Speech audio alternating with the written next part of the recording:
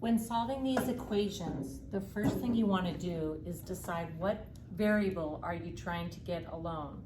So in this one here, I want to get a by itself.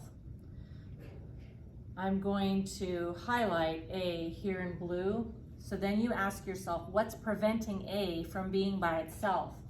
And currently that is the add 15. So the opposite of add 15 is subtract 15. So I'm going to subtract 15 to get the a by itself. What I do to one side, I do to the other.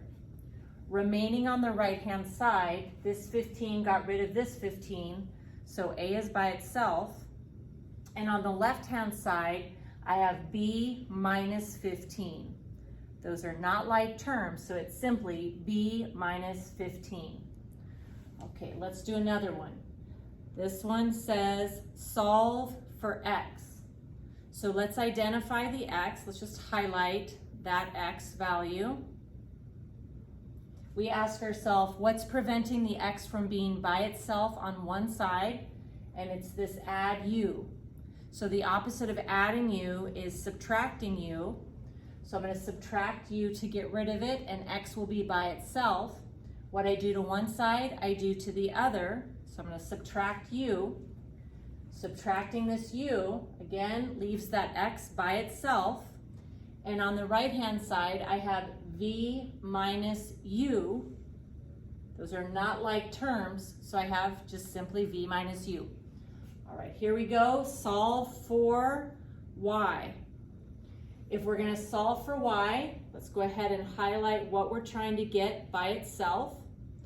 So trying to get that y alone. What's preventing the y from being by itself is the plus b. So the opposite of adding b is subtracting b.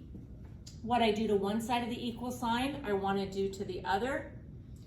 Subtracting b from b, the b is gone, so the only thing left on the right-hand side is y. And on the left-hand side, I have c minus b. Okay, here's just two more examples. I would like to get a by itself.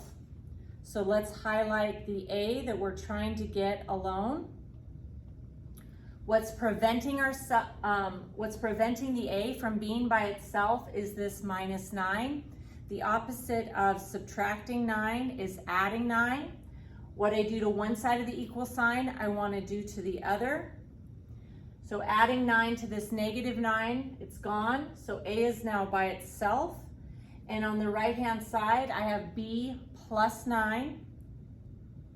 Those are not like terms, so it's finished. Last example, I would like to get x by itself.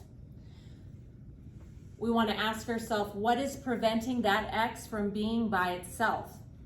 And it is the minus b. To get rid of subtraction, we're going to add. So I'm going to add b. What I do to one side of the equal sign, I want to do to the other. This b got rid of this b, so x is now by itself.